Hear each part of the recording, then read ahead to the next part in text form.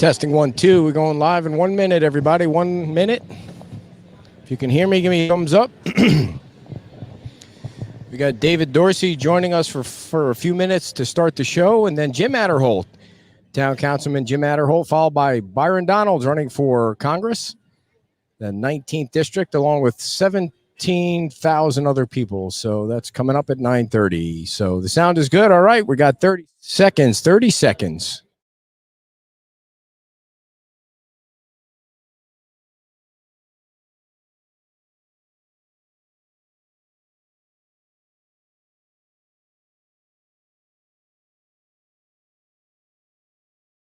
Beach Talk Radio. Hi, I'm Jim Levins, and I'm running for Lee County Sheriff. For more than 30 years, I've served on the front lines of law enforcement, all right here in Lee County. Now, as radicalized Democrats attempt to open our borders, destroy our churches, and defund the police, it is more important than ever to have a pro-cop, pro-Trump, pro-law and order sheriff who won't give in to the liberal mob and who will fight for you each and every day. That's exactly who I am, and that's exactly what I'll do. I'm Jim Levins, running for Lee County Sheriff, and I approve this message. This is Beach Talk Radio. Good morning, Mr. and Mrs. America, and all ships at sea. This is your captain speaking, Mean Gene. Mean Gene. The following will be a test of the ship's whistle, the sonar alarm, the cable alarm, and the atomic attack alarm. Live from Peach Time Out in the heart of Times Square. You're listening to Beach Talk Radio with Kim and Ed Ryan. And a good morning, everybody, and welcome to episode number 125 of Beach Talk Radio. My name is Ed Ryan. The wife will be along with us in just a moment, and Jim Atterholdt, our first guest, will be joining us right after we check in with David Dorsey, who is with the Fort Myers News Press. David, how are you today? Thanks for coming on. Yeah, I'm doing well. Thanks for having me on again.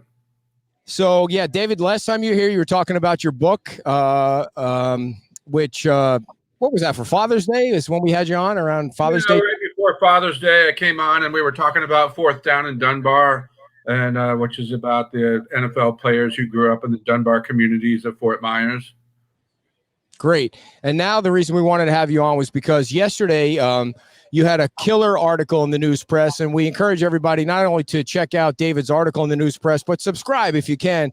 It's the only way we're going to keep great reporters like David and Michael Braun and the others at the press working, and we really need them, the newspaper reporters around like these folks. And David, can you tell us a little bit about the article? It was where you reported on the fact that the murder at the Lani Kai led to the TPI lawsuit being dropped. So what did you uncover? Yeah, so I had been on the Margaritaville beat about a year and a half ago, and then one of my colleagues kind of took over looking at that issue and what's been going on down there. He just moved back to Tennessee, so I kind of re-inherited the beat again. So it took me a while to get my feet wet again and to get to know who the players are on Fort Myers Beach again.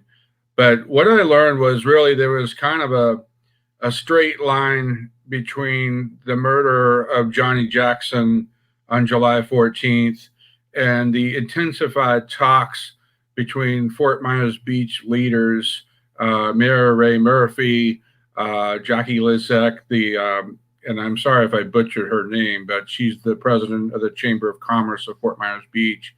They really renewed their efforts to talk to the Conaderas family, the owners of the Lani Kai Resort where the murder took place. And it really kind of galvanized the community on Fort Myers Beach. The town council had a meeting on Monday, and it was packed for what a packed meeting can be during a pandemic of coronavirus. But if you saw the meeting, you saw the passion from the residents of the beach.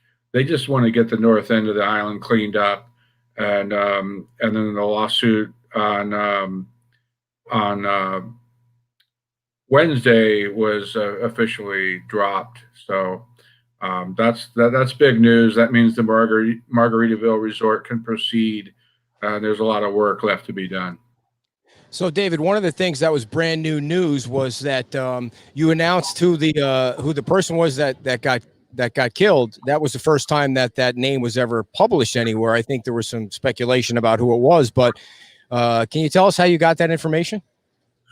Yeah, so it just someone that I know had reached out to me, informing me, and I said, "Well, can you verify it?" And he led me into contact with Johnny's brother, and I connected with Johnny's brother via Facebook, which is how we can get some of our work done these days.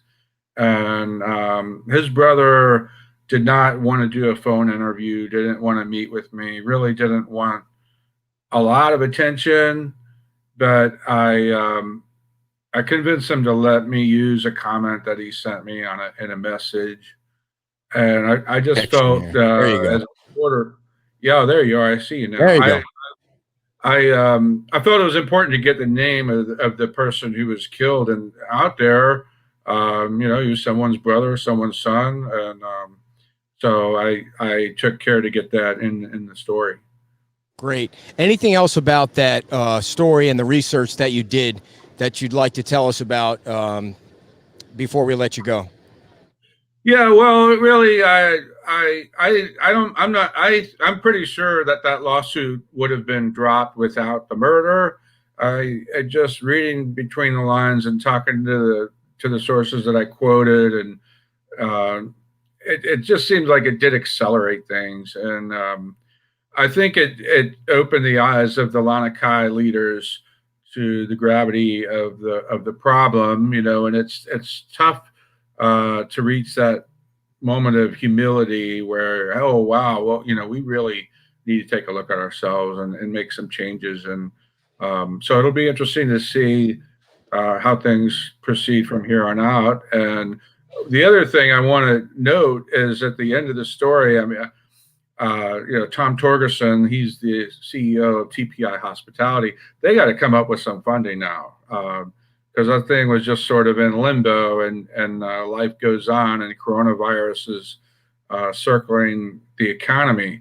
So there is still some more hurdles to clear before we start seeing the buildings from the 1960s and 70s being raised not far from where you are right now. All right, David. And by the way, folks, it's, what is it, like 99 cents a month or 99 cents for 3 months or something? I mean, it really isn't a lot of money for you to subscribe online to the news press, right? I mean, it's cheaper than coffee, and I'd like to think it's more important than coffee, but I'm not a big coffee drinker. So, I have some more stories planned on that and some other important subject. Did you say you're having Byron Donalds on the show today? Right, 9:30 we have Byron on. What's that? At 9:30 we have him on today. Yeah. Actually, I'll have a story, political story, about a week from now that will run about some of the nasty flyers that we've been getting in the mail. So I got a giant stack of them with me today. Yeah, it's crazy how your mailbox is full of those every day, and who knows what to believe when you see those things. So. Well, some people put them straight to the recycling bin, but I've been collecting them because I want to write about them. Oh, yeah. And by the way, great story. I think you wrote the story on the guy that owns the Kia. Have they found him yet? Is he okay? The Kia owner. Yeah. So, Billy Fusillo, and he's sort of vanished from the public eye. And really, other than rumors and stuff, they're not talking. The company's not talking. The family's not talking. So that's really okay. I hope he's doing well, and because I built a pretty good rapport with him. Another quick thing, I did have a story on the front page of the news press today. If you like beer and you want to help an 8-year-old suffering from leukemia, I wrote about Aiden Pittman. And he is going to St. Petersburg for the next 100 days for treatment. Oh. And the Fort Myers Brewing Company, they're taking pre-orders on a beer today, and today only. And it's called Aiden Strong. Wow. And all the profits from today's Fort Myers Brewing Company sales of Aiden Strong will go to the family to pay the extraordinary medical expenses. And one of the Tampa Bay Rays players saw my story on Twitter yesterday. Shane McClanahan, he's from Cape Coral, a local guy, first-round draft pick by the Tampa Bay Rays. He donated a couple $100 to their fund on GoFundMe, and he's going to try to spread the word. It was just really kind of a feel-good thing to help this family.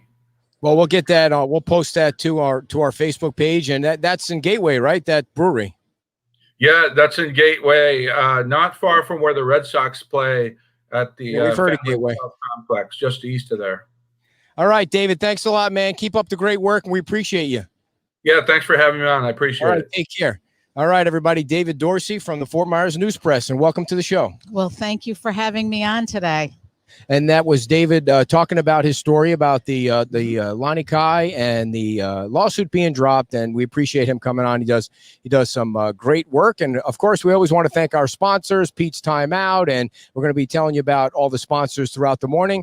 But we want to get right to more of our great content from today. And we're going to switch over to our other camera and see how this works. You know, we're always trying new things here to see if we can make this work. And for all I know, we're going to be blasted right off the air. But there he is right there, the councilman from the town council. We might need you to move in just a little bit more, Jim. And Jim Atterholdt is with us. And Jim, we appreciate you coming on. We have not had you on since you've been elected to the council, I believe. This is your first time back. So what's it like? How do you like it? I do enjoy it. It's been an adventure, somewhat of a challenging adventure given the COVID challenges that we faced. But I have found it to be very interesting, and I think the people have been very, very helpful and supportive, and we're making progress. One of the things I asked Dan Allers when he came on was what is the difference between being on the LPA than being on the council? Like some time to yourself and now no time to yourself? Well, it's not no time to yourself, but it certainly is a much more significant lift than the LPA. Although the LPA is takes some time, but it's more, it comes in waves. The council is relatively constant, and the constituent communication is demonstrably higher, and that's okay. But people have been great, a lot of good input, and I'm learning a lot. It's been a great experience. First question before we get into the meat of the nuisance abatement board. Nothing going on this week. It's pretty quiet week. Crazy, great week for the town here. What was the first thing you thought when you heard about the murder? It was shocking, and it was a tragedy, and after a couple days, to me, it's it began to build the pressure, I think, for change on this island in a way that I had not seen yet, and that coupled with the litigation that had recently occurred, you could just feel the pressure on the island rising, and people were beginning to stir, and you could sense that. It was palpable. Why did it take a murder for things to get to the point that they had gotten after 3,000 calls to the Lonnie Kai over the last 3 years? I don't know. I mean, maybe some time after the shooting, I realized that, in order for this thing to really begin to turn around, we had to begin to apply pressure, and the media piece of the pressure was really critical. And so we had to figure out a way to get the print media interested. And then we also, because once the print media is interested, then the TV folks come on board, and I'll tell that story in a little bit as to how all that happened. And then you couple that with what the mayor's negotiations were. The mayor did a great job. I just think it was the perfect storm to bring it all together to I think a very positive conclusion. So do you think, that people just were unaware of the amount of calls that had been there, and then, like you said, it takes something that unfortunately grabs people's attention to really take a look at what was going on there and how significant the issues were. Yeah, and I think it grabbed everybody's attention, including the folks that are running Lonnie Kai. And I think, to their credit, they're making some substantial internal changes. They made some significant concessions this week, and I'm very thankful for them for doing that, because, I mean, this is going to sound a little hokey, but I really believe it. I believe it's morning again in Fort Myers Beach. I mean, as I talked about at the hearing on Monday, we were really at a precipice. We were at a fork in the road, and as I said, this is a time for choosing. And I laid out two paths, and fortunately, again, thanks to the Conadares family for helping us along in this, is the path that we have chosen is as follows. We have a brand new Estero Boulevard with new sidewalks, bike paths, and stormwater system. We're going to have a refurbished Times Square soon, a refurbished Bayside Park. We're going to have a Margaritaville resort, which is going to have a tremendously positive impact on this part of the island. We're going to have a new bridge on the south end. We're going to have basically a brand new recreational and community center in Bay Oaks. It's a renaissance for this island, and it's a beautiful vision, and I'm really encouraged, and I hope the people of this island are encouraged as well, and I think it's time for us all to move forward together. So when you saw the folks come to the council meeting on Monday, one after another, public comment, and very passionate about what was going on and the crime, and the sheriff's department sometimes not helping out. Even there was one person that said that they didn't even answer her calls. What were your thoughts when you saw all that? Well, let's get to Monday, because there was quite a bit of activity that led us to Monday, and you guys were very helpful in getting people to turn out Monday, which was the people that turned out Monday were awesome. Kim, you were there. Yep. Thank you for coming. It was awesome. The courage, the conviction of the people that were there. I was so proud of this island. But leading up to Monday, I had asked our town manager to get the stats from the fire department as to what the runs were for the top 10 addresses. And the fire chief was great getting that information. The town manager disseminated it to the town council. The numbers were stunning. You guys have talked about the sheriff runs. The fire department runs are just stunningly disproportionate. So I thought, we got to get the media involved. So I had read an article after the shooting from Mike Braun at the News Press, who I think works well with Dave Dorsey, you were just talking to. And I sent this to Mike, and the next day I got an email from one of our constituents, John Thomas, who I don't think she'll mind if I mention her name, but she had aggregated the sheriff's department data in a way that was really powerful as well. Numbers were stunning. So I sent that to Mike Braun as well. And he said, well, can we all get together? And he goes, could you find some business owner who has concerns? And we were just happened to meet for lunch at the Whale, and Mike, Marty Harity got together with us. And Marty, of course, shared his concerns because it's really impacting his business adversely. And we spent an hour helping Mike Braun get up to speed and giving him all this information. And at the end of that hour, he says to us, he goes, well, this is really interesting, but what's the action item? I need an action item for the news story. And then I was really reticent to say this because I'd heard that Dan Allers was in negotiations with the sheriff's department on this nuisance abatement ordinance. But I felt like if we didn't share that, then we're going to lose the story. And so I said, you really need to reach out to Councilor Allers. He's working on a nuisance abatement ordinance that will give the town the power to fine and potentially shut down entities that are problematic for the island. His eyes just lit up. And he says, I will be there at that council meeting on Monday, and I'll be there early. And so all of a sudden, he shows up Monday. Great turnout at the town. Again, thanks in part to your show. Great turnout. People's testimony, extremely powerful. So Tuesday morning, we get a great article from the News Press. Dave Dorsey does a piece on the litigation. Mike Braun does a piece on the nuisance abatement board. Front page, top of the fold. Pressure's on. Pressure. So what happens next? Tuesday night, Wing TV, Fox local channel, does great stories on this issue. Again, people are brave enough to go on record for these TV reporters. Pressure. Wednesday morning, surprise of all surprises, the Observer comes out. 3 stories on the front page of the Observer. They did a great job of covering this issue. Pressure. Again, mayor's working his magic. They come to an agreement to move forward. And again, the island's in a much better place. So I'm thankful to Condare's family. I'm thankful for everybody who had the courage to be involved in this process. Because initially there was a mindset that, the town can't do anything. We don't control the sheriff's department. We don't control the state entities that regulate the liquor licenses. There's nothing we can do. When you say that, it takes the pressure off. You got to have the pressure on. So in the midst of all this, again, Councilor Allers is working with the sheriff's department. They opened the sheriff's outreach center. Jackie Litzek from the chamber is heavily involved in all this. Businesses are donating their time and money to build this little outreach center, higher presence for the sheriff. Who donates the building for the outreach center? The guy who owns Margaritaville. I mean, does anybody see the irony in all that? But the key thing was that helped build the pressure.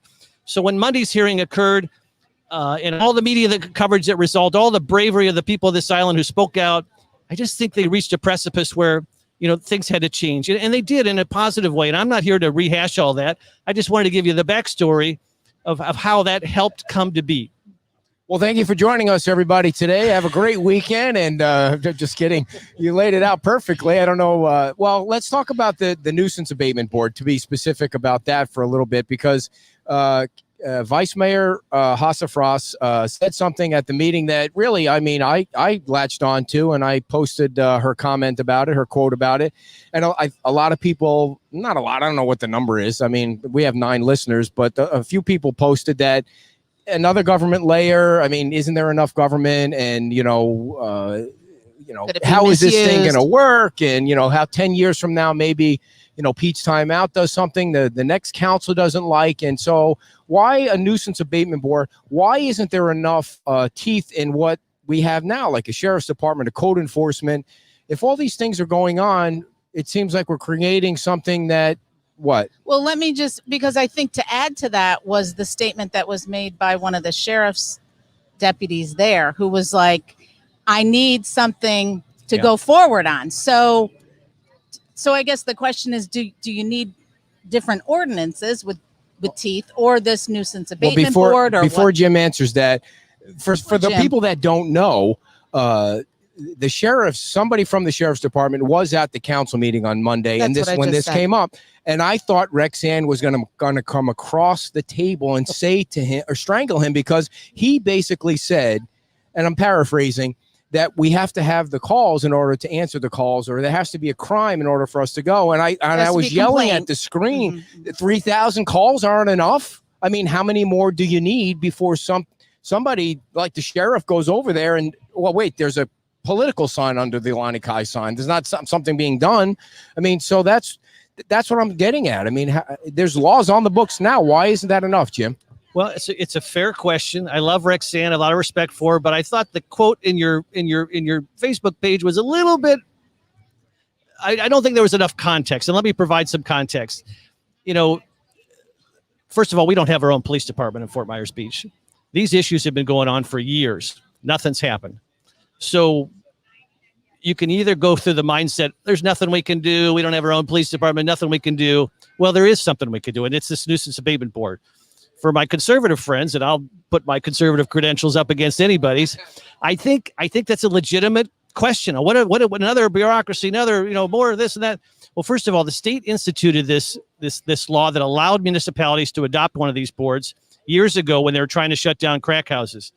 It's extremely limited in scope. So in order for this to have any impact on your world, you have to either be dealing drugs, involved in prostitution, involved in gang activity, or illegal gambling. That's it.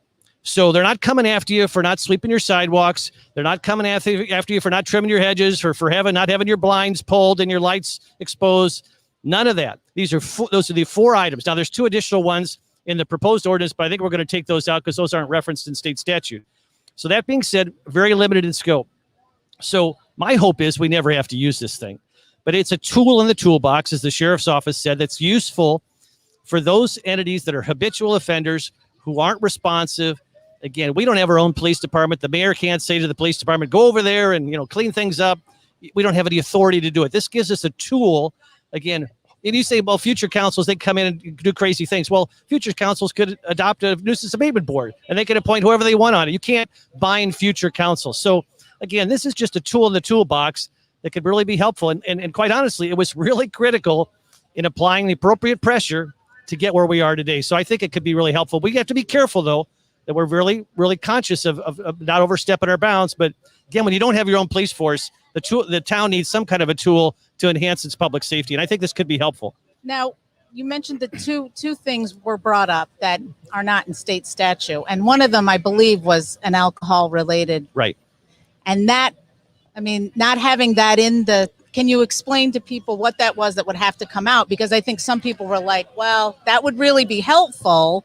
Yeah, it is. But, one of them, it's if you're doing illegal alcohol sales to minors, et cetera, that could under in the Lee County ordinance, that could be under the jurisdiction of the nuisance abatement board. The problem is that was not in the state statute that authorized the nuisance abatement board. So one could argue you could litigate that in court and not be successful. That's the state's job, is to come in with their excise police and do the policing of the liquor license, underage sales, et cetera, et cetera. So, I mean, it's a challenge. I mean, if you keep it in, it sounds like it could be helpful, but again, if it's litigated and you lose, so our lawyers are looking in to see whether that makes sense or not, whether that would pass muster. And Rexanne raised a legitimate concern about that. And so we're looking at it, but I still think, there's no shortage of drug dealing and prostitution and gang activity. So there'll be plenty for the nuisance abatement board to look at, but it'll be very limited in scope. But again, some of these nuisance abatement boards have been inactive for years now, but they served a purpose at one time. I talked to the head of the nuisance abatement board at Fort Myers, and they shut places down. They instituted fines. Now they haven't done anything in the last year and a half, but it's always there. That tool is always in the toolbox, and don't think that for really bad actors, don't think that doesn't put the fear of God in them, to know that that's out there and it's available to the town and cities. So the crimes that you mentioned were serious crimes. I mean, drug dealing and prostitution and whatever gang activity. So my assumption is that the only reason you're putting that together is because something is going on. You wouldn't be putting it together if that activity wasn't going on the beach. Yeah, has gone on, is going on, and potentially could go on. But that, to me, that's a serious crime. Then why isn't the sheriff's department dealing with it in the way that could be something that leads to them changing? Well, they are kind of changing now, so I don't want to discredit that. They seem to be making changes, and you mentioned that they have some kind of company coming in to try and help them make changes too. So maybe that's going in the right direction. But I know you want to keep the pressure on. But I guess my question is, those are serious crimes. And we're talking about 3 years of activity of those crimes. Why isn't the sheriff's department doing something? Well, I think you saw that tension in the colloquy between Councilor Hassefrost and the sheriff's department. The sheriff office representative was basically saying, hey, we react to these crimes and we respond to them. And she was like, oh, wait a minute. What about being proactive? What about going undercover? What about doing all these things? Because she's got a history in the courts as well. So that's a healthy tension, and that's a conversation that should be had. But, the sheriff's office did step up. They helped us with the nuisance abatement board. They've helped us with this outreach center. So, could they do more? I really think they could do more. So, but it's some give and take, and we need to have these conversations. But the town doesn't have any control over this. For 3 years, nothing's happened. Nuisance abatement board gets referenced, things start happening. So credit goes to the Councilor Allers for bringing this thing up. Credit goes to the people who showed up and the media that helped really give this thing a voice. And credit goes to the Conadaris family and quite frankly to Jackie Litzek at the chamber and so many others. And the mayor obviously was critical in this. So we've had it was this perfect storm, and everybody came together to talk about this new vision that I just referenced earlier in the show, which is a vision of optimism, a vision of a new renaissance for this island. And so again, I'm willing to put things behind us. Obviously, things have to change. The Lonnie Kai's acknowledged that they have to change. They've put significant steps in place. They're going to do more. We won't have to trust them on that, although I take them at their word that they're going to make a good faith effort. But as Reagan said a long time ago, used to always quote this old Russian saying, "Dovii no provii," which means trust but verify.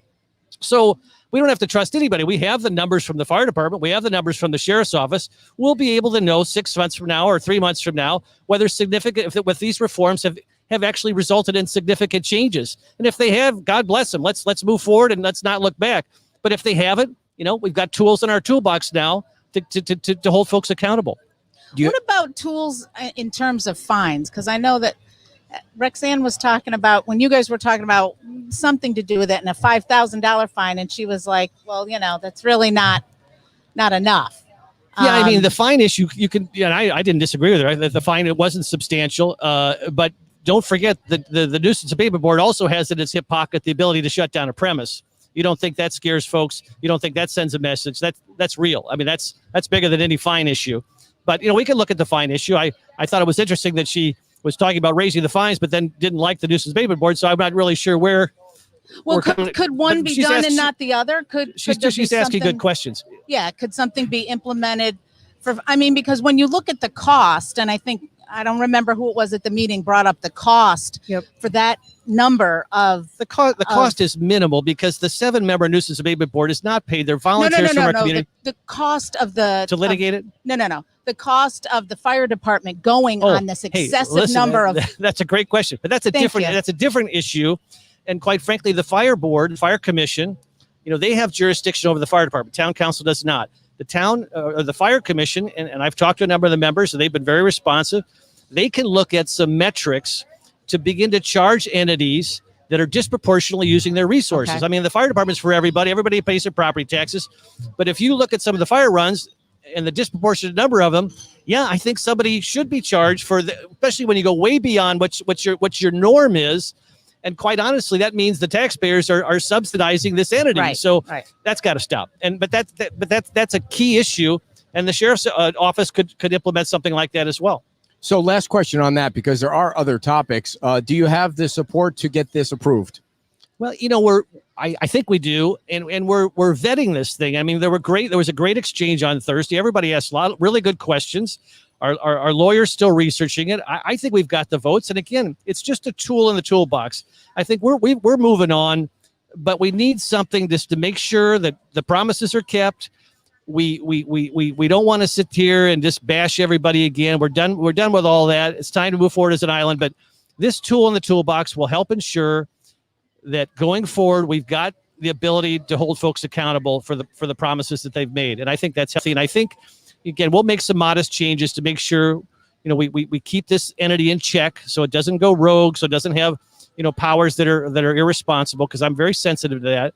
But I just think, given what it's already helped us accomplish, I think it could be a nice a tool. Again, I hate to use this reference, but the tool in the toolbox. I think it could be really helpful. And I think we do have the votes. And just to let everyone know, we're all willing to move on and move forward. We'd love for Ken Conadieris to come on the show so that we could all bury the hatchet together and have him explain the things that are going on down there and the changes that they're making to become, a great neighbor on the island. I'm not saying they weren't not a good neighbor back in the years past. We know Mr. Conadieris has done great things for the island, and he's been here a long time, and we'd love for them to come on, or for you, Kim, my wife, to go over there and ask the questions yourself, because I could be a prick sometimes. Yeah. Well, you can be, but I mean, I think that the Lani Kai has been part of this island forever. They offer, affordable and resort style for folks, and that if they can just make it safer and improve, that's a place where people go and get their picture taken. I mean, it's iconic, Florida-esque, and it's part of this community. And as it moves forward, it's all going to fit great together. Yeah, and their spokesperson in the article, I think it was Dorsey's article on Thursday in the News Press, basically said, I think it was Melissa Schneider said, we welcome them as a neighbor, the Margaritaville as a neighbor to our island, a new neighbor to our island. And she said she also spoke for Bob Conadieris, and I thought that was a very gracious statement. And they're clearly looking to move forward, and I think everybody else is as well. So next issue is I'm very confused about Bay Oaks and Times Square and Bayside Park and where that money's coming from. Well, you should have been there then, because you explained it eloquently. There seems to be a $10 million loan that the town council will ask line of for. Credit. But, line of credit, very good. Okay, Kim. but that is not going to be enough, even for Bay Oaks right now. What they seem like is going on over there. So how is all that going to work? You take it. The vision of the previous council was to set up appropriate funding streams for the renovation of Bay Oaks, which is roughly it's a $10 million total. And again, these numbers will vary given how we decide to prioritize each project. But Bay Oaks is about $5.5 million. Bayside's 1.2 million, and Times Square's I think is 3.4, Mm-hmm. and so it roughly totals 10 million. And so I think there was a little confusion when the previous council passed the mill rate increase last year that was going to somehow fund these projects. Really, what it does is help fund the payment for the $10 million loan, because that raises about $250 million. $250,000 annually. That mill rate increase from last year. And the service on the loan is something like $558. Boy, Kim, you are so good. $558,000 annually, and so we have a shortfall. So how do we fill that shortfall? Well, the council, I think very wisely so, decided to no longer subsidize for general fund dollars the stormwater system for the town. So those rates will be adjusted to impact those who are utilizing the stormwater system. But it frees up significant funds for the general fund, which will make up that difference. Right. So we will have a funding stream for that $10 million loan. Now, I think your question, Ed, is, the Bay Oaks project, as they've gotten into this, they proposed really some wonderful options, but it may go above the 5.5 million. And so at that point, there isn't a funding stream available beyond that unless we reprioritize from other projects. Or we find a new funding stream, or we kind of try to make some make some choices within the Bay Oaks project. We've got to, there's a lot of, different buildings. There's a lot of different turfs. There's a lot of different choices. So, I mean, it's all about, when you're doing budgeting, it's all about choices. So the Bay Oaks folks, again, it's a wonderful project and I support it, but they are going to have to prioritize a little bit in terms of what their priorities are. And Roger, made a good point, a couple of good points. He said when the Bay Oaks, when it first started, it was just to do that welcome center, that welcome center and the entrance. And then, and he agreed that the whole thing needed to be done. But the impetus, the original was just that, and that it's going to be a phased, or, that it was intended to be a phased kind of project. And I know when I was listening to the BORCAB meeting recently, and the Little League guy was there, Rick Lowry, he was saying, once they get it going, that they could raise money, that there's other possible donations that could come in, other agencies raising money, so that to make that, to fit that shortfall. And there's additional revenue that'll come into the town. People don't talk about this very much, but if Margaritaville gets built, the property tax revenue for the town will be in the hundreds of thousands. For the county, it'll be in the millions. And I mean, theoretically, that could already have been built. So that revenue stream would be coming into the town, which could help supplement the Bay Oaks project. But I do think it's important for the Bay Oaks vision to make some choices, prioritize a little bit. And if we need to do some things down the road, I'm certainly open to that. So when is Times Square going to start? Theoretically next year, as I understand. They're going to try to time it with some water and stormwater work that has to be done through here. They're talking about redesigning the whole footprint for the coming over the bridge, traffic patterns. You've got Margaritaville going on. So somebody smarter than me is going to have to figure out how to do this in concert with each other, with all these projects, so we could be at least disruptive to our businesses here, to our tourist community, and to our residents, because it's going to be a challenge to try to coordinate all these various projects. But let me just say, it's just as the Estero Boulevard project was a nightmare for the North. Well, now that it's done, it's beautiful, and we're going to have to kind of suffer a little bit, but it's going to be worth it. Is there anyone smarter than you? Oh, there's a lot of people smarter than me. There's my wife right over there. She's a lot smarter than me. I will agree with that. Yeah. So before we let you go, I know Byron's here, and we could go on for a whole hour. Oh, I know. I do want to ask you if you'll tell us how you will vote on the Dune walkover. I will not tell you how I will vote on the Dune walkover you. because it's currently it's not in litigation yet, but there is a Bert Harris claim that's been filed, and we have 150 days to negotiate, and I have some concerns about the Dune walkover. I live in that critical wildlife area. As I was telling Kim before the show, the condo that we live in, I saw a picture the other day before it was built. In 1991, there was a giant lagoon in front of our building, very similar to what they're facing up in front of Eddie's place.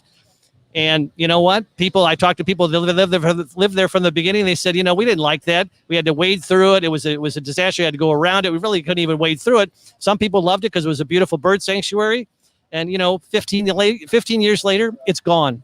We have direct beach access, so that the island shoreline is evolving.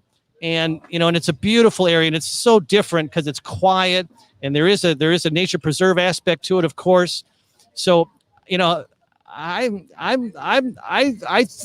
struggling with this thing, and you're the fence sitter, it seems, on the council. I don't know about fence sitting. I'm sorry, I didn't mean it that way. I mean, you're the deciding vote. Mm-hmm. Well, I don't know about that either, but I do know that I think this is an issue we need to really look long and hard at. I don't begrudge the folks that are asking for this.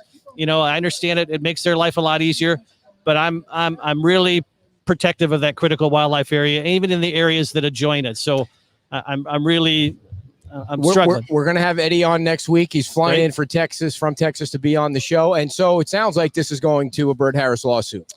I don't know yet. There's 150 days to have conversations, to have discussions, and I think anything's possible. I'm certainly an open-minded person, but right now, I'm waiting to see the evidence. I'm a little concerned about the situation, and I'm a little concerned about the Dune walkover. But I'll keep an open mind. So things are different now compared to when you were on the LPA and voted. When I was on the LPA, none of the opposition came before us. Gotcha. All we heard was one side, and since then I've had a chance to hear the other side and understand the issue a little deeper.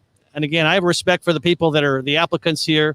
I've no animosity, but as I hear the other side of this issue, I've educated myself in a way that's made me certainly much more sympathetic. Great. Well, Jim, thanks so much for coming on. You're always a great guest. Thank and you. Thanks for all you do. we Thanks hope for you come getting folks back. out on Monday. The people that came Monday to that hearing were spectacular. I was so proud of our island. Really courageous, bold statements. People went on the record, showed some real guts, some real heart, and I'm just so proud of our island. There were a lot of passionate statements. And I'm excited for the renaissance of this island, because this island is going no place but up. And it's for those who are here and those that are coming here, I hope they're encouraged, because these next 2 years are going to be really exciting for Fort Myers Beach. Thanks so much, Jim. Thank you See you again so soon. much. Right, Thanks thank a you so lot. much. Jim Atterholdt, everybody, town council member of the Fort Myers Beach, town council. So before we introduce our next guest, I want to let you know about islandoils.com. They repel the bugs. You know what your job is now, right? To do the transition here while I read the ads. I don't know how many times we have to go through this. At least you didn't interrupt me like last night. It soothes the itch. If it's already bitten, 100% oil, 100% works. No water added. Oil and water don't mix, everybody. It's made in Florida by Floridians, and it smells fabulous. 100% oil, but absorbs well and is also a nice moisturizer. You can order it online at islandoilsllc.com. We love those guys for sponsoring us. The stuff is great. We use it all the time in the backyard. And we're going to be at the Hyatt Coconut Point for Kimmy's little birthday later on today. So we're probably going to be spraying that on ourselves down there. Our next guest is running for the 19th Congressional District for the U.S. Congress. Byron Donalds, welcome. Thanks for coming on. Hey, thanks for having me, everybody. It's good being here. Now, you are involved in one of the busiest races, or I don't know if busy is the right word, but it's crazy. Crowded. Yeah, it's a crowded races. race. How are things going? Actually, things are going great. It's a crowded race. You know, unfortunately, for everybody listening, I want to apologize to you. It's been a nasty race. You know, this is what happens, unfortunately, when people want to win at all costs. But, you know, my campaign, we're going great. You know, we think we're very close to winning. And so we're just going to continue to work hard, knock on doors, could be in every part of the district like we're here this morning in Fort Myers Beach, and just work hard to hopefully represent Southwest Florida in Congress. So give our folks on the beach an idea of your background in politics. You're in Tallahassee now, and you've been there. So explain all that. Full background. I'm originally from Brooklyn, New York. My career is actually in banking and insurance and financial services. I'm a partner in a wealth management firm down in Naples where I lived. I've lived in Naples for 17 years. I got into politics 10 years ago, really because of what was happening in the country with the financial collapse. So I was one of those people that was just in my business, in my career, saw the country falling apart financially, and I got off the couch and got involved through the Tea Party movement. So I joined in the Tea Party movement a decade ago. I was elected to the Florida legislature in 2016. I have one of the most conservative voting records in the Florida legislature. In this race, I'm endorsed by Senator Rand Paul, the NRA, the Club for Growth, Americans for Prosperity, and the Republican Liberty Caucus. And actually on Thursday, I'm counting my days. Days are going crazy right now.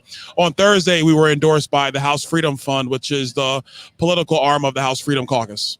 So that's a little bit about me. Now, I was looking online. You have a lot of endorsements, and quite you're funded. Your campaign's doing well with funds. Yeah. So how, you know, there's a couple other candidates that also have a lot of funds, and one that has a lot of endorsements and funds. How do you distinguish and differentiate yourself from the top four folks? So like Dane and Dr. Fig and Casey Asgar. Well, first of all, I'd say, you know, my campaign, we've raised over $1 million now, but it's in small donations. We have over 10,000 donors. Yep. From all over the country, here in Southwest Florida, all over the country, conservatives from all over who have looked at my campaign and look at what I've done and say, you know, this is a person that should be in Congress. It's a lot of small donations, like over 10,000 donors. Like, it's kind of insane for a congressional campaign. The second thing I would say is that a lot of the groups that are supporting me, these are conservative groups that have vetted conservatives for a long time in our country. The Club for Growth, which is probably the main group that's supporting me on the outside. They've endorsed people and supported people like Ted Cruz when he ran for the U.S. Senate in Texas. They supported Rand Paul when he ran for the U.S. Senate in Kentucky. They supported Mike Lee when he ran for the U.S. Senate in Utah. They supported Marco Rubio back in 2012 when he was running against Charlie Crist. And so, they've supported Governor DeSantis when he was running for Congress 6 years ago when he ran for Congress. They supported him, and they've looked at my record, and they looked at the record of Dane and Dr. Fig and Casey and everybody else, and they concluded that I was a true conservative in this race. Casey and Dr. Fig don't have a record. I don't know what they've done. And that's not to disrespect them. I think it's a free country. Everybody should run for office if you want to. But if you're talking about going to Congress, we got to make sure that you're going to be a conservative. I have no idea except by watching their ads. One of the things I've learned during this campaign is that the Republican machine in the state is strong. And when they find a candidate they get behind, it's, everybody else is a serial killer or your drive-by murderer or something like that. And it seems like the negativity toward the other candidates comes from their own party. It's crazy, but I know that's the way it works. So what are the things that they've attacked you on that you want to clear up? Oh, man. What haven't they attacked me on? First thing I would say is your point's correct. If you're not the machine candidate, you get attacked. I am not the machine candidate. I probably would say that's Mr. Regal. I'm not a self-funding candidate. That's Mr. Asgar and Mr. Fickelstaller, Dr. Fickelstaller. What they attacked me on, when I was 18 and 20, I was arrested when I was in college. I made a lot of mistakes when I was young, but I've made up for them and I moved on with my life. But they try to throw that stuff in 30-second ads as if it happened last week. That's not true. It was more than 20 years ago. I was young and I was stupid. They attacked me. Now they're attacking me because I was a registered Democrat. And so they're saying, like, well, because he was a registered Democrat, that means he supported Obama. That's ridiculous. If you look at my Facebook page from that time, it's clear I did not support Obama. My opponents know this, but they don't give out details and facts. They just throw a smear, frankly, because I'm black and I was a registered Democrat, that they say, oh, well, he voted for Obama. It's ridiculous. And frankly, it's borderline racist. They attacked me because in 2011, I had critical things to say about Donald Trump long before he ran for president. But what they won't tell you is that I was being critical of Barack Obama. My sister brought up Donald Trump. And I told my sister in my Facebook comments, I don't care about Donald Trump. He's not running for president. He's not the president. Barack Obama's the president. That's the person we should be focused on. But they won't tell you that. So I've been labeled everything from a rhino to a never Trumper. I'm being told I support Barack Obama. But if you look at records, I'm the only person in this race that came into politics in the Tea Party movement 10 years ago. I'm the only person in this race that has been in every city council and every county commission, well, except of Christy McLaughlin, I'll mention her, that has actually spoke against mask mandates in Southwest Florida right now. The other candidates have been nowhere to be found.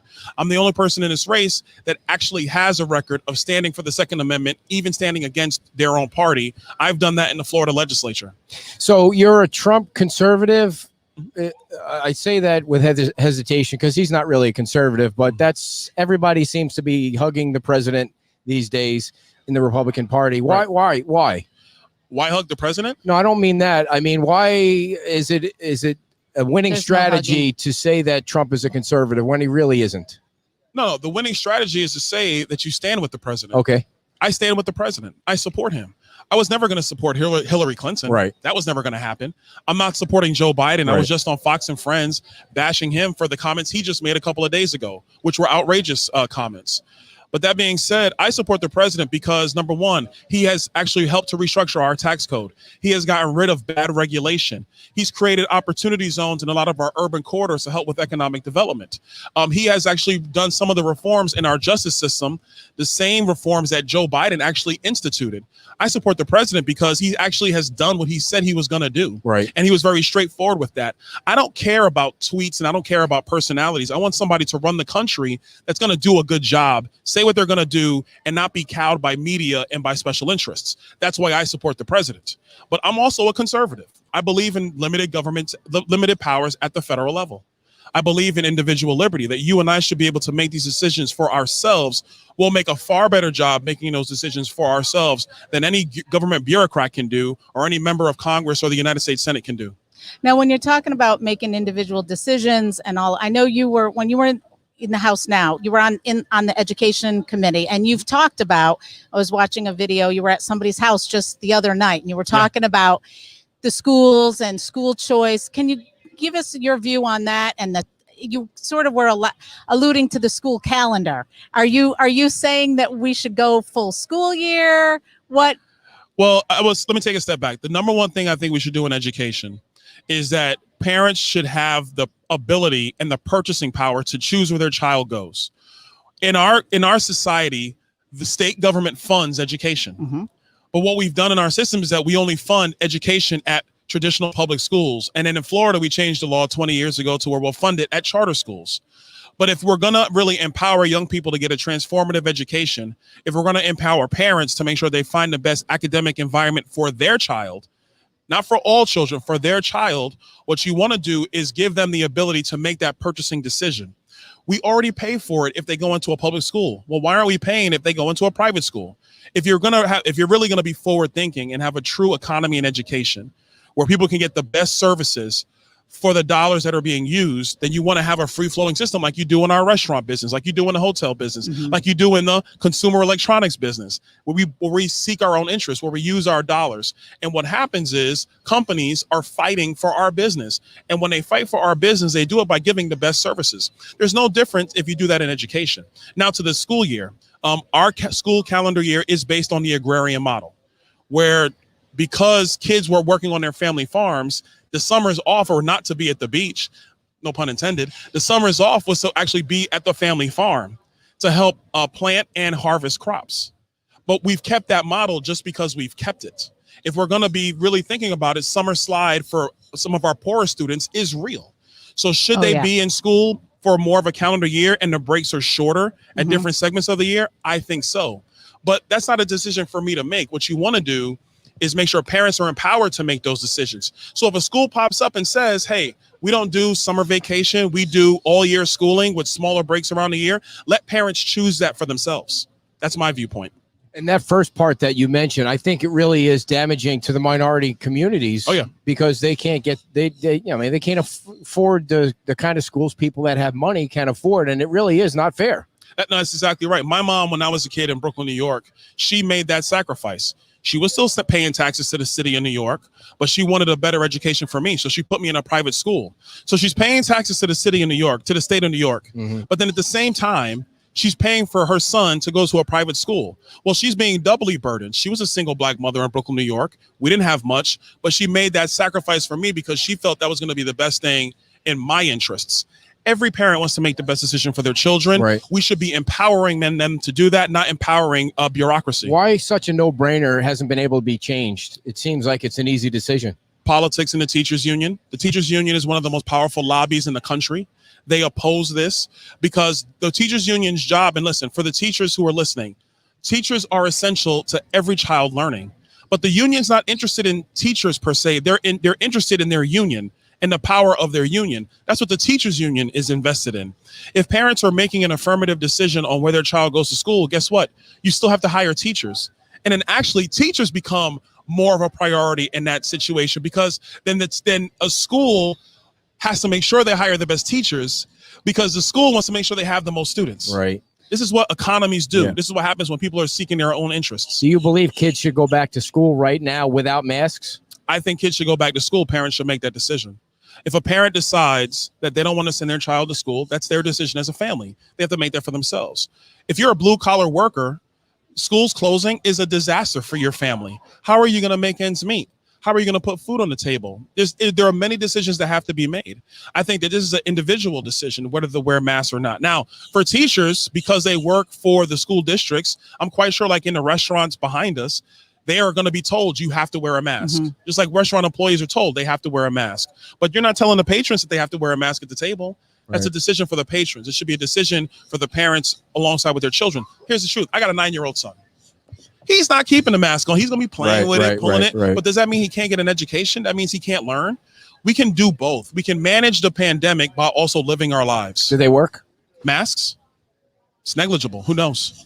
The science isn't even clear on whether masks work or not. Here's what I do know. Have one on your face and talk for about 10 minutes. You'll be suffocated because of the CO2 running back in your nose. Because we breathe in oxygen, we breathe out CO2. So even after a while, you have to pull the mask down if you're going to have a continued conversation because you need to take a breath. I'm not sure if do they work to protect coronavirus? We'll see what the data says, but I'll tell you this right now. By the time we figure that out, we'll be past the coronavirus. Yeah. So I saw a couple of stories this past maybe 24 hours that the race for the president is tightening, which I don't think it was ever that far apart that the media would let you believe. So how do you think this is heading? Where do you think this is heading? And why is it so close when it seems like the president has gotten a lot of the things done, all the tweeting aside, a lot of the things done that he said he was going to do. Why is it this close? It's this close because the media wants to make it about personalities and they want to make it about fear. They are literally propping up Joe Biden to be the centrist candidate that can provide empathy to the nation. But truth be told, that's not what we need leaders to do. What we need leaders to do is to act. I've always told people who don't particularly like President Trump, what's been the best CEO at a company you worked at? The guy you loved, or the guy who, sometimes was rough, but you know what? He got the job done. And they will tell you it's the guy who's rough who got the job done. So they want to make it about personalities. What we want to make it about is about promises made, promises kept. We want to make it about the agenda, and we want to make it about the things that matter to Americans. The reason why I think this race is going to be close, and I think President Trump is going to win this race, is because people are watching what's going on in many of our cities across the country. They don't like what they see. I'm getting messages from friends of mine from college, Black Americans. They don't like what they see. They don't like that the Democrat Party is simply watching this happening and not stepping up and providing leadership. So I think this is going to be a very interesting election cycle, but I think the president's going to win. Black Lives Matter, serious organization? No. Why not? Because they're a Marxist organization. Listen, Black Lives Matter, as a black man, yeah, of course they do. That's ridiculous. Everybody's life matters. But this organization, their moniker, their namesake is a moniker that most people agree with without question. Mm-hmm.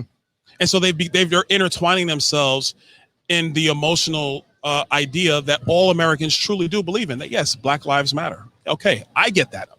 I hope I get that. But that being said, that doesn't mean you get to push your political agenda.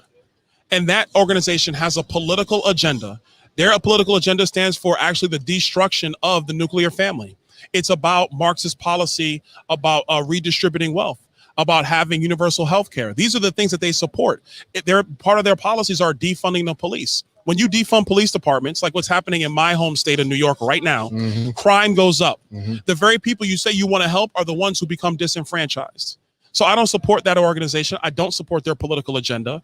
But the namesake that they have, that Black Lives Matter, yeah, of course they do. How much heat do you get for that when you say you don't support it? Do you, or maybe you don't get any? Do you? I do. I get most of the heat comes from white liberals. White liberals are the ones that typically provide me the most angst being a black conservative. I think, black people overall, they may not agree with me or they may not like Donald Trump, but they say as a black man, they're like, I want you to be successful as a black man. They understand that it's important for black people to have a place in politics on both sides of the aisle. Mm-hmm. They understand that, and black people generally want black people to succeed. The real pushback I get is from white liberals because I'm a complete affront to everything that they believe. And they're nasty about it. They're actually quite disgusting about it. I'll tell you, the nastiest comments I get are from white liberals who won't say it to my face, by the way. Yeah. They won't come and talk to me personally. They're keyboard, they're keyboard tough guys. They say it on Twitter and on Facebook. So go ahead, dear. I was going to say, they're not going to come and say it to you because you're a big dude too. I wanted to ask, and I may get the number right, but the House, the Senate bill that went through for Marjorie Stoneham. Yes. Okay. So you voted opposing that. Yes. Was it the whole thing, or were there bits and pieces? Because you hear people say, well, I didn't really want to vote for A, B, and this because it had but most of it was good. So that's why I did it. Why did you just? I voted against it because one of the things that it did is it actually infringed upon the Second Amendment constitutional rights of Floridians. There's always compromises when you deal with legislation, mm-hmm. but the one thing that can never be compromised is the Constitution. You cannot compromise that. I don't care what you're going to get in return. What the bill does, it takes away due process rights for gun owners in America through red flag laws. If I felt that you were a threat to me, and I felt you had a mental condition, I can call Lee County sheriffs and say, I'm scared. They have the authority under that bill to go into your home, search your home. If they find weapons, they can take your weapons. And then they give you a date in court for you to go back and try to get your weapons. But you already had your weapons taken from you without probable cause. Mm-hmm. What, just because of my word just because on my word that you have your property taken, that is a complete perversion of the Fourth Amendment of the United States. That bill raised the age to buy shotguns and rifles from 18 to 21. The only reason that was in the bill is because Nicholas Cruz was 19 years old. So what am I going to tell every 19-year-old in my district that because Nicholas Cruz is a psychopath, now you can't go to Walmart and buy a shotgun? That's why I voted against that bill. Like I said, in legislation, you're going to compromise certain things. There's going to be a give and take, but there can never be a compromise when it comes to the Constitution. So anybody who says that, oh, well, we made a good deal or we got rid of gun-free zones, you cannot compromise constitutional rights. Because the second you take that step, it's going to be open field for the left. And I'll tell you what happened. After we passed that bill, actually before we passed that bill in the legislature, against my vote, but once that bill passed, the left, the moms demand action. We're all like, you have to do this, you have to do this. They praised the bill. The second it passed, they said it didn't go far enough. You should have done more. Right. It's never going to be enough for them. Well, and you took some heat. From what I was reading, someone was saying because Trump supported that, and then that just fed that whole "you're not a Trump supporter." You guys like straight talk? Yeah. Okay, here's the deal. So Dane Eagle, my opponent, voted for the bill. He has a C rating by the NRA. The NRA has endorsed me, really because of that bill. Right. Because that bill was constructed by Republican leadership. It wasn't the Democrats' bill. It was just the Republicans' bill. If there was ever a time you were going to stand for the Second Amendment, it's when you have to stand against your own party to do so. I've done that. Dane's excuse is President Trump talked about wanting red flag laws and raising the age to buy shotguns and rifles. And so he says, well, the president said it, so we did it. My point is, yes, the president said that in 2018, but as a legislator, you have a responsibility. You take an oath to the Constitution. You have to uphold the Constitution, even when it's not popular. Even when public opinion is against you, you still have to uphold the Constitution.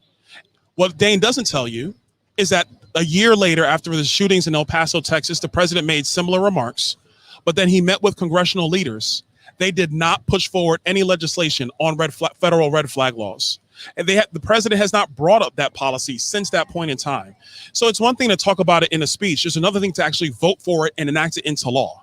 And that's why people are saying, that's why Dane is saying that about how he stood with the president. What Dane's trying to do is cover his tracks because he betrayed the Second Amendment. Why won't Casey ask or debate anybody? Because why? Yeah. Because he doesn't want to look bad. You got to understand, he's spending $3 million of his own money. He doesn't want to look bad. His team is hiding him. His team does not want him to debate.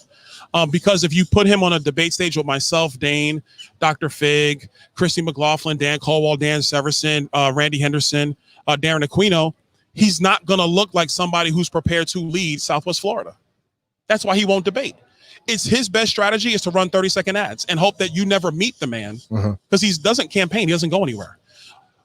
To hope that you don't meet the man before you cast your vote for him. That's why he won't debate. One of the things that I'm puzzled by, and maybe you can help me out on this, is why aren't more people conservative, more African Americans conservative? Why is it? I asked this question last night on our show. Why is it that it seems like the Democratic Party has a stranglehold on the African American community, like they've done some productive things for the community over the years, and I haven't seen any results? And why don't more people come to the conservative side and believe that if you work hard and you get a break, or you work hard and you learn, and this is America, you can be successful? It's almost like they're pounding it into you that, well, maybe you can't be successful. Well, I would say this. The Black community has been largely Democrat since the passage of the Civil Rights Act in '64. And since that passage of that act, which was signed by Lyndon Johnson, the Black community has largely been a Democrat stronghold. That's the history. That's actually changing, though. And I'll tell you that younger Black Americans, people my age and younger, we're actually not a monolith. And this is why what Joe Biden said the other day was absolutely ridiculous. Because can you tell our listeners what you mean when you say what he said? What did he say? Joe Biden said that he essentially said that unlike the Black community, the Hispanic community is very diverse. And I was like, he said, except for the Black community with a few exceptions. I guess I'm one of those exceptions. But the truth of the matter is that the Black community is very diverse. We have conservatives, we have liberals, we have independents, we have libertarians, we have Republicans, we have Democrats. We are not a monolithic society. In the Black community, we have people who love sports, and people who hate sports. We have people who love the arts and hate the arts. We have people who love comedies and people who just love dramas. We have people who work in finance or who work in the blue collar world. we're a very different community, just like every other community in the United States. But the Democrats always assume they just have the black vote. Typically how this works is every 4 years, and you've seen this, every 4 years what happens? America is racist. These Republicans are racist. They're not standing for you. They play the woman card. They play the race card. Every 4 years, it happens like clockwork. It seems that America's never getting better when you turn on the news and you watch TV ads or you watch debates. But when you're living in your normal life, we see that we operate in harmony and peace as Americans for the vast majority of the time. They want to bring flashpoints of things that happen and say, well, this is America. That's not true. What happened to George Floyd was a tragedy, but that's not America. America is me engaging with Lee County sheriffs here in Southwest Florida. That's America. It's when they patrol the streets of Dunbar and they actually engage with the citizens of Dunbar. That's America. So what's the problem with the Republican recruiting tactics or techniques? Or I mean, I told you we're gonna have straight talk on this. Yeah, please. So here's the deal. This is also the fault of Republicans for a very long time. The Republican Party, the RNC, and on down, has done a terrible job of actually campaigning for the votes of minority voters. For the most part, they've ignored minority voters for 30 years in our country because the political thought was by political consultants that we don't need their votes to win. We have enough votes over here. And so what's perpetrated this is the Democrats have said, we need your vote, we need your vote, we need your vote, haven't done anything. And Republicans have said, we don't really need those votes. We'll campaign in the suburbs. We'll campaign in rural America. We won't really campaign in urban corridors. And that's what's happened. So if you look at a heat map, if you will, of red versus blue across the country, what do you see? Urban areas are blue. Virtually every other part of the country is red. That's because you have political consultants who are telling, frankly, candidates like myself, although I don't listen to them, but they're telling candidates like myself, you don't have to go over there and campaign. You don't have to go over there and do this. We can win with just these amount of votes right here. But America is changing. And if the Republican Party is going to be successful, we have to campaign for all votes. That's going to be critical, not just to win elections, but if you look at what's happening in our culture, that's because we have a great divide in political ideology and what we truly believe what the future of the country can be based upon. And if you abandon half the country because you feel you don't need their votes, what you're also doing is letting political thought that is damaging to the American construct become more and more pervasive in our urban communities, and that hurts our politics more than anything else. So should we defund the police? They're really starting to get on our nerves, aren't they? No. He says sarcastically. I hope everybody realizes Let me say it again. No, we should not be defunding the police. Police are critical to our society. Look, if people for the most part are good, you know what I mean? Right. The police really only have to engage with probably about 15% of the society. For the most part, people live in harmony and peace. I mean, we're people, we can get angry, we can get upset, things happen. But if there is no blockade for moral and just behavior, if you don't have police there as just the appearance of deterrence, you immediately have lawlessness. Look what happened in Seattle. Look what's happening in Portland. Right. Have you ever driven down the road and you see the cop car and you start slowing down because you don't know if the cop is in it or not? But then you pass by, you'd be like, oh man, they just put the empty car on the side of the road. It's a deterrent and people speed up. But that's the thing. We need law enforcement as that one deterrence, just in case you have somebody in society who wants to take advantage of another. If men were angels, there would be no need for government. But guess what? We're not. We're all flawed. That's why you need law enforcement. So they're starting to defund New York City, where you're from, and put it into, I don't know if social programs is the right word, but that's what it seems like to me. So is that the right approach? No. That's why Bill de Blasio won't be mayor for very long, in my opinion. Because what they've already started to witness in New York is that crime is up. Murders are up. Why? Because the criminals know, well, shoot, response times just went from 3 minutes to 7 minutes. You can do a lot of damage in 5 minutes. Yeah, right. This is the problem. What most people don't know is that it's very hard for the police to catch you unless they actually catch you. Once you're gone, you kind of flee the scene. Now they have to go through evidence building. They got to see if there's videotape. They got to do all those things to kind of try to catch the perpetrator. And then they got to track you down. When you're moving your police into that kind of a response system, what you're really doing is you're taking down response times even more. So law-abiding citizens aren't getting the help they need when they need it. When you go ahead. No, I was just going to say, when you were talking about putting money from one into social programs, are there social programs that you can point to that you really support for minorities or disenfranchised or Oh, yeah, absolutely. I think the first is education. I think there are real reforms in education. We talked about that. Mental health is something that we do have to invest in. We have some serious mental health issues in the United States. If you look at our local jails, every sheriff will tell you, the local jail is not just so much for holding people who are in on DUI. It's holding people who have mental health issues. That's what's a lot of our county jails across Florida and across the country. I think there's definitely programming around children and families. Children who are being abused, family courts, things where you have these issues that occur in our lives. Frankly, to be honest, in about 20 to 30% of the lives of Americans at some point in time, yes, those services need to be there. But taking it away from law enforcement is not the right way to go. What should be done is actually looking at what governments are actually doing, looking at the systems that don't work or need serious reforms, looking at things like guardian ad litem, helping those programs, looking at things like making sure we're delivering meals to the indigent and the poor who really can't leave their home. That's stuff that government can do. We do that in Florida right now in our state government. But the problem is the left never wants to take a look at the policies that are not working. They just say, well, give those policies that aren't working more money, and let's give these new policies more money, but they never take the time to really organize and reassign where dollars go. And I think that's what frankly bothers and upsets conservatives, especially fiscal conservatives, because we're like, look, we have compassion and empathy. I do. Especially my background, I know the things that can go wrong in life. But you got to be smart about it. We can go on for 2 hours with you, Byron, know. with all this great information. But some bullet point things. Should Sure. there be another stimulus package for Americans? It should be very, very, very streamlined. I lean no, frankly, but it should be very, very streamlined at a minimum. Why no? Because what we should be doing is reopening the economy. That's what we should be doing. Government, if we've proven anything, I'm gonna be shorter on this one. If we've proven anything through COVID-19, is that government cannot supply the needs of the American people. We can't get unemployment checks to you fast enough. We can't get business loans to you fast enough. Government doesn't have the ability or the capacity to do it. We have to act as individuals in commerce, in society, to make our lives better. That's the way this whole thing works. Are we overreacting as a country to this virus? Yes. I think people have to be prudent with their health. I think if you have health issues, you have to be very, very careful. But should we be on this kick of shutting down schools, shutting down society, reclosing businesses? No, that's the overreaction.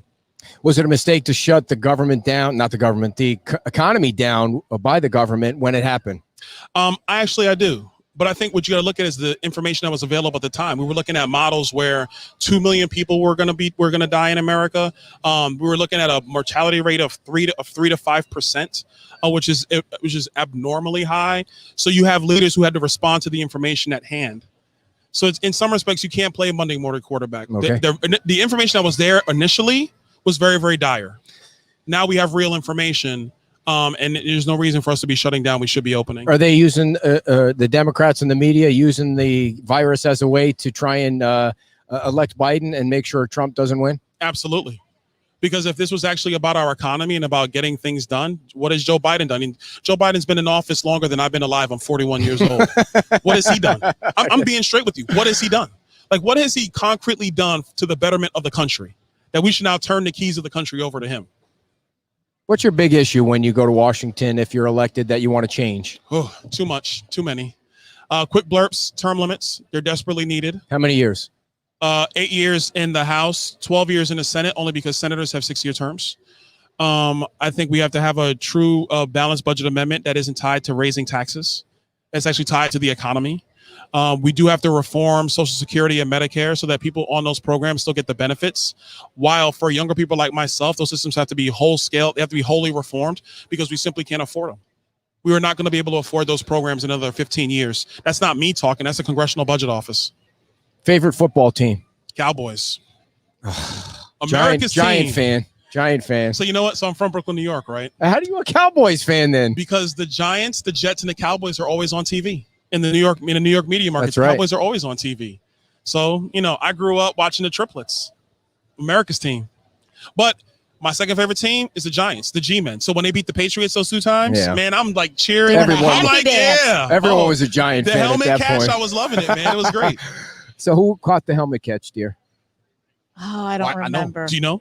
I don't. David Tyree. Oh, come on. David Tyree. No, I'm not. Baseball team. Yankees all day long. Uh-oh. Boy. Very nice. And college football, they're going to get back in action. How do they make that happen? I hope so.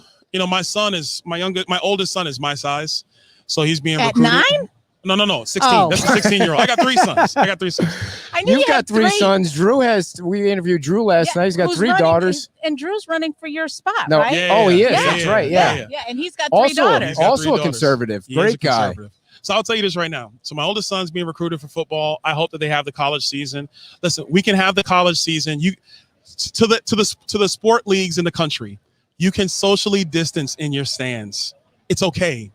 All you got to do is put like the little do not sit tape across 3 seats and just sit people like that. This virtual seating. And I get it. They want to keep the players safe. So I understand the NBA doing the bubble. I understand that. In baseball stadiums, you can socially distance. Big stadiums. They're Yeah. big. They're massive open air stadiums. Socially distance. It's okay. Why should people vote for Byron Donalds? I'm a true conservative. I've actually been in the trenches of the conservative battles here in Southwest Florida and in Tallahassee. I think my 30-second ads are great, but if you actually listen to me discuss issues, I don't look at it in terms of what's happening today. I always look at public policy in the frame of limited government first, and really what governmental powers are and what their limits are, not just with American society, but in the history of the world. If you look at any history in the world, a government that oversteps its bounds with respect to the limits of its powers erodes the liberty of its people. Happens every time.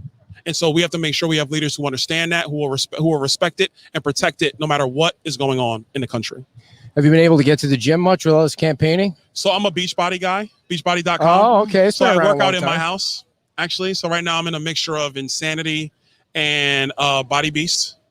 So I try to stay fit. The last 10 days have been a disaster. It's just too much campaigning. So I'm probably off this week, but then I'll take a day or 2 off after the election and I'll get back to it. How many calories you're taking in a day? Actually, I'm doing good this election cycle.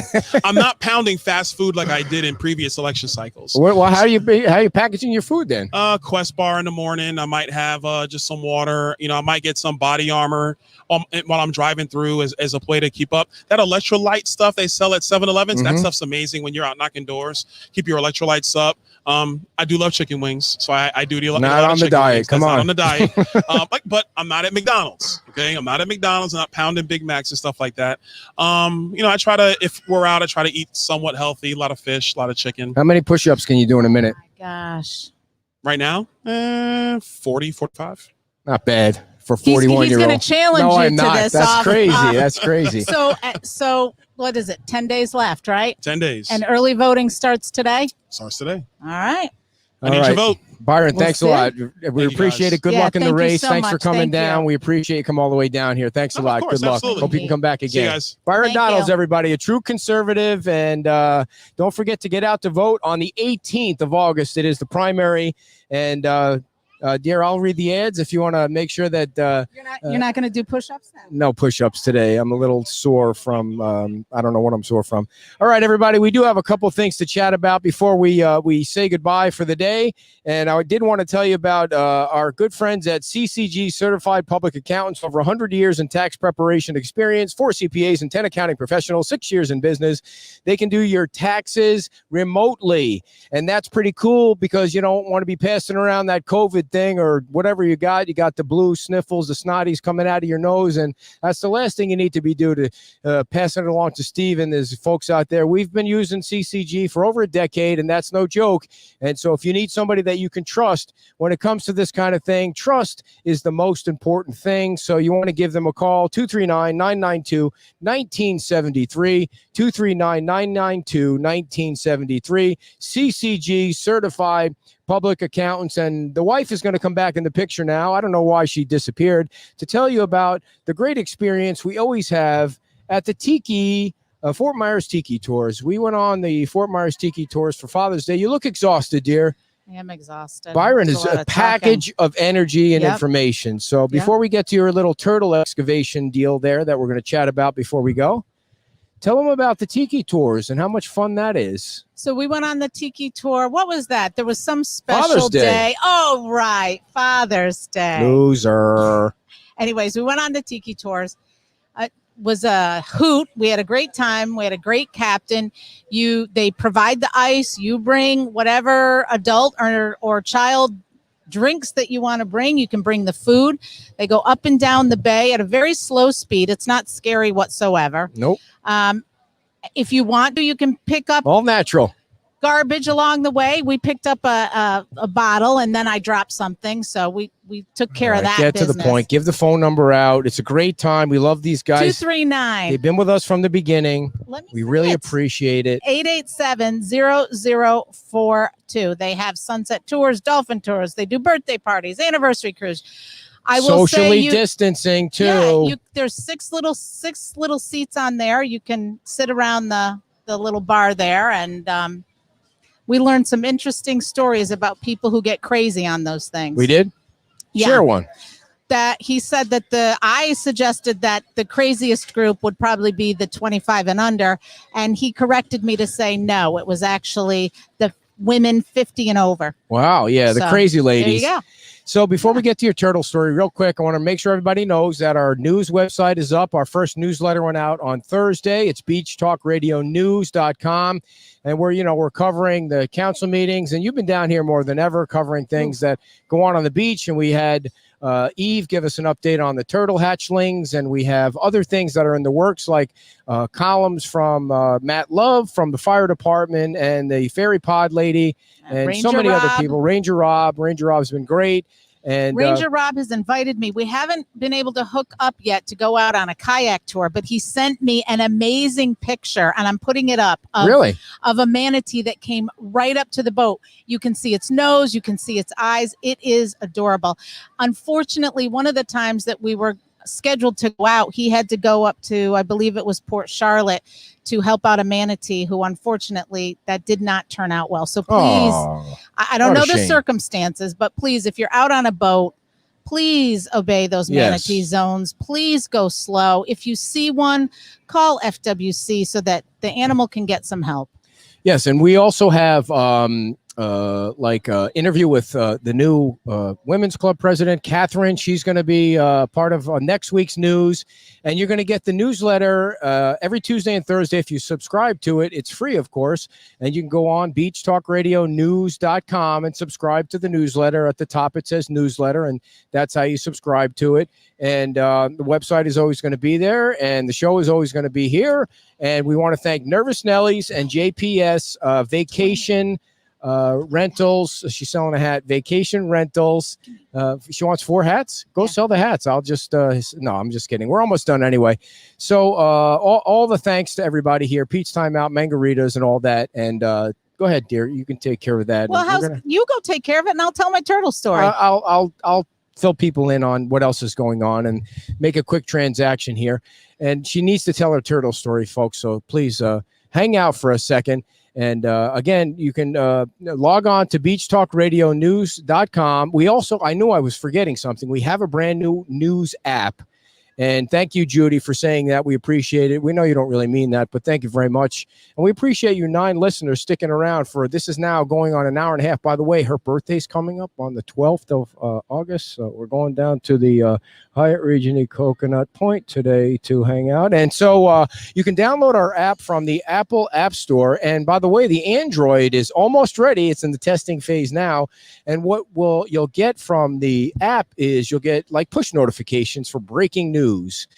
And that's kind of cool. So now I'm keeping the money for the hats. Okay. She bought 5. She bought 5 hats. Yes. Wow. So bonanza. Anyways, yeah. Well, go ahead. Tell us your turtle story. So I went out. I was invited by Eve and Cindy Johnson was so nice to take me out and do a 3-day dig, which is 3 days after the sea turtle nest hatches. They go out, they dig it up to see if there's any hatchlings that need help getting out and to count the eggs that were in there. So this woman had to dig and dig and dig. She was almost above her elbow. Those guys are deep in there, and dug out approximately 111, I believe, turtle shells that hatched. And so that's great because they're having a bonanza year of nests and a bonanza year of little ones making it out there.